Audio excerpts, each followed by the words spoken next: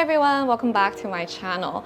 So I want to start by sharing something that happened to me lately. A couple of months ago, I was in Italy, right? I rented this guided tour in Florence and I was in this gorgeous church. We're talking breathtaking art, like mind-blowing architecture. And I was looking at the graves of Galileo and Michelangelo.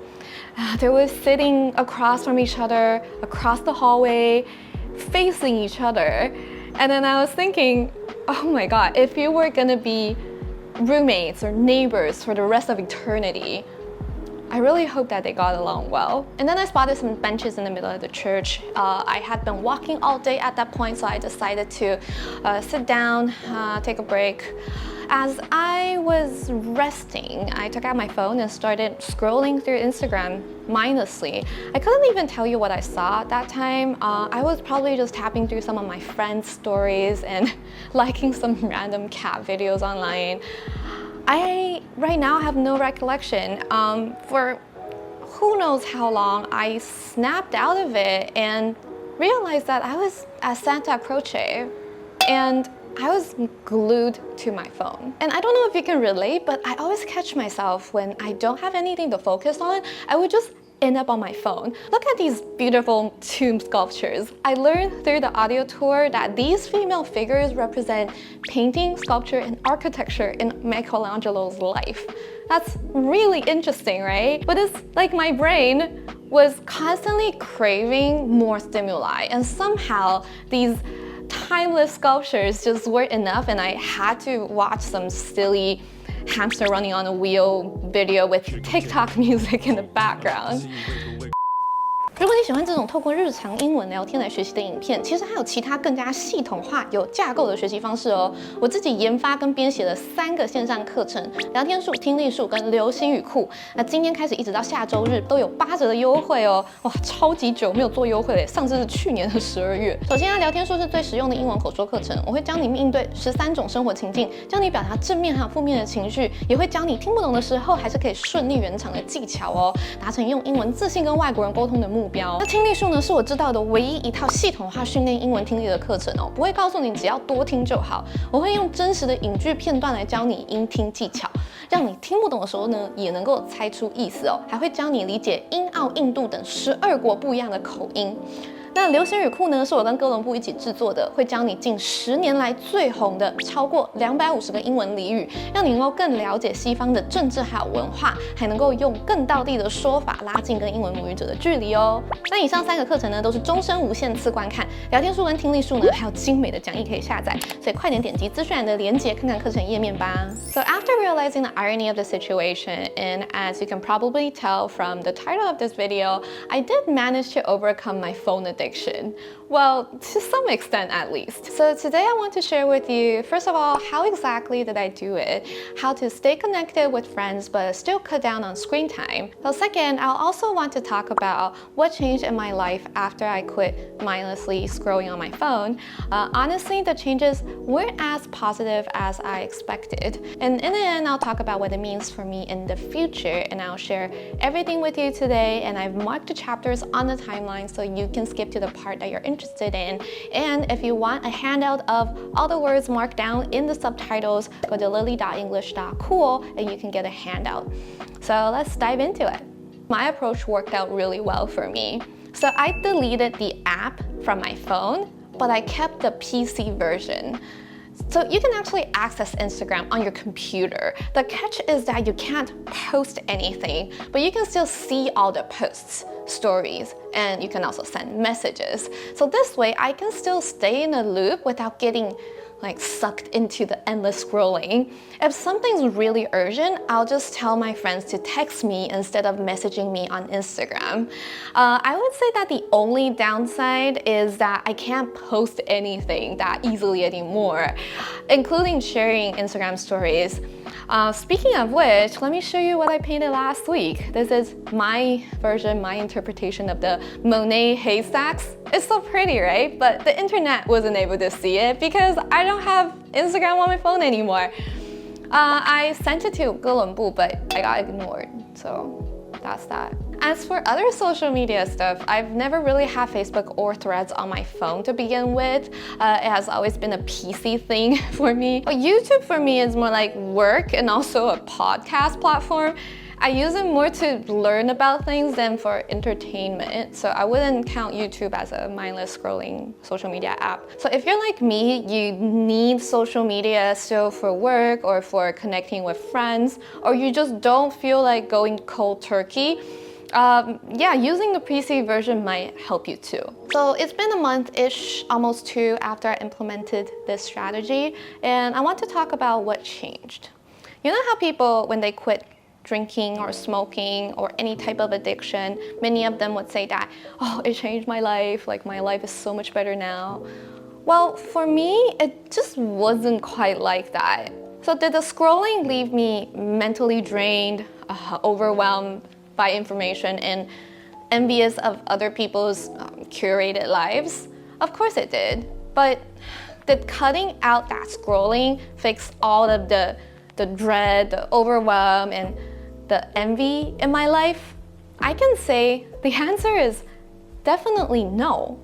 My life got, I think, 5% better instead of 50% better. So I came across this podcast episode on YouTube. Like, YouTube is for learning, like what you're doing right now. So Dr. Cal Newport, an expert on productivity and deep work, was on the Huberman Lab podcast, and I think what he said was so profound and basically answered all the questions I had been asking myself. Like, why are we so hooked on social media? Why doesn't quitting solve all of my problems? And why do we keep going back even after we swear it off?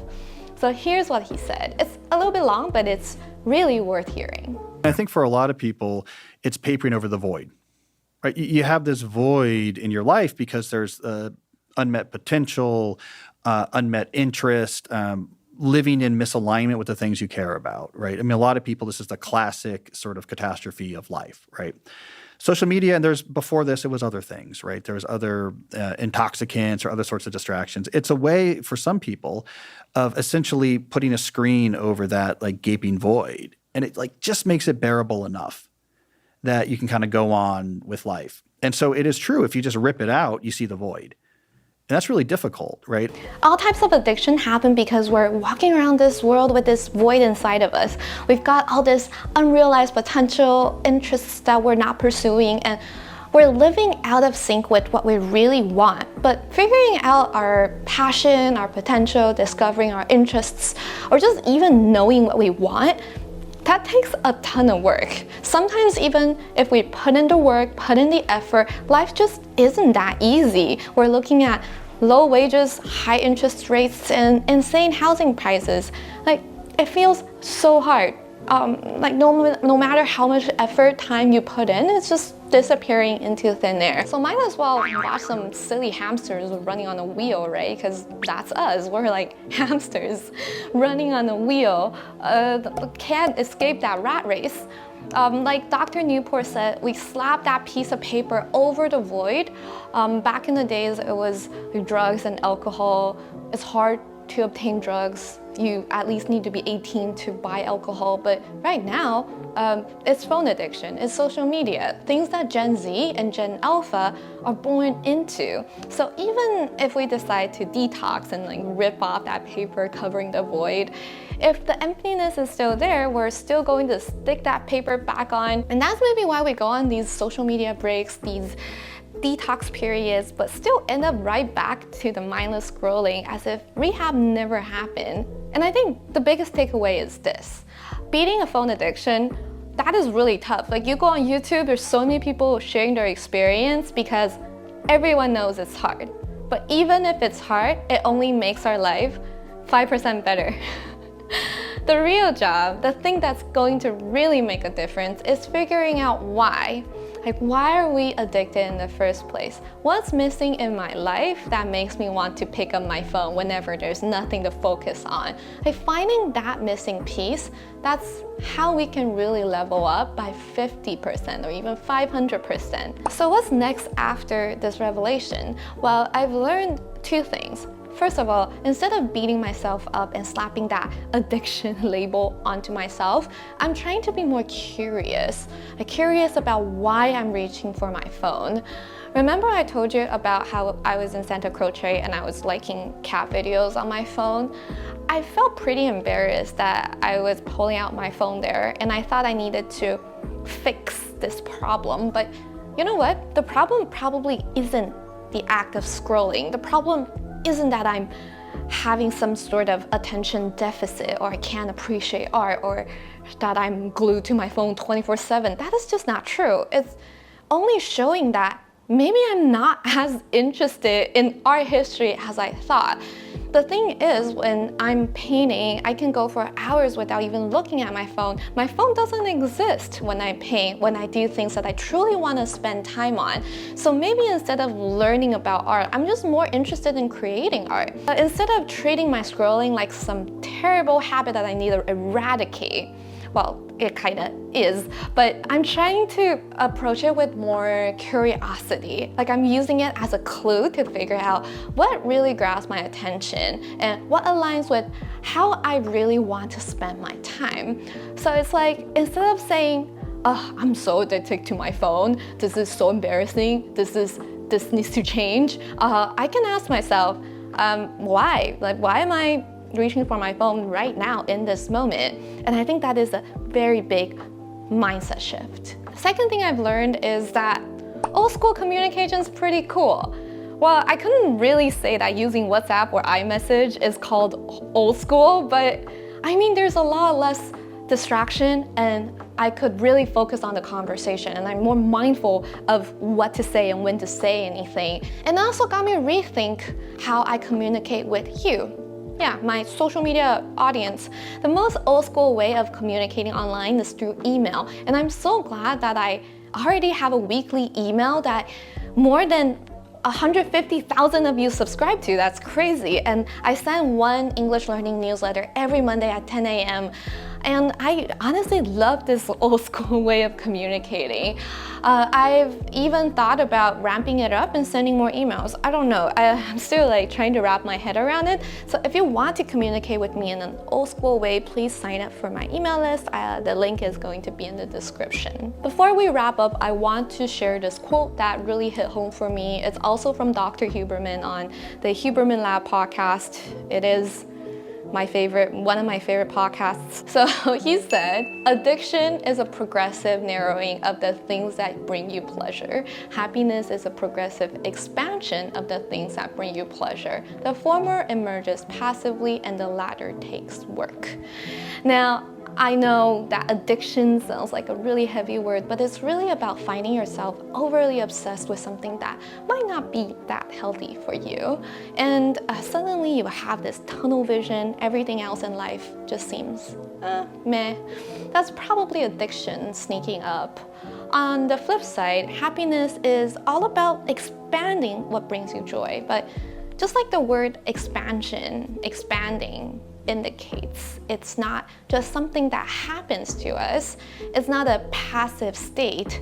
It's an action. It takes effort. Actually, it takes a whole lot more work than just cutting out one distraction, like our phone, in our lives. And that's what I really learned from this little change in my life for the past month. Happiness is not a state that I'm in. It's an action that I need to pursue. And cutting out a distraction isn't going to replace that pursuit and that action. 那我的3个课程优惠直到下周日，这个转的有点硬，但是我还蛮喜欢今天的影片的主题的，因为是我最近的一个心得，所以希望大家可以有点共鸣。Okay, this is it for today's video, and I'll see you guys in my next one. Bye bye.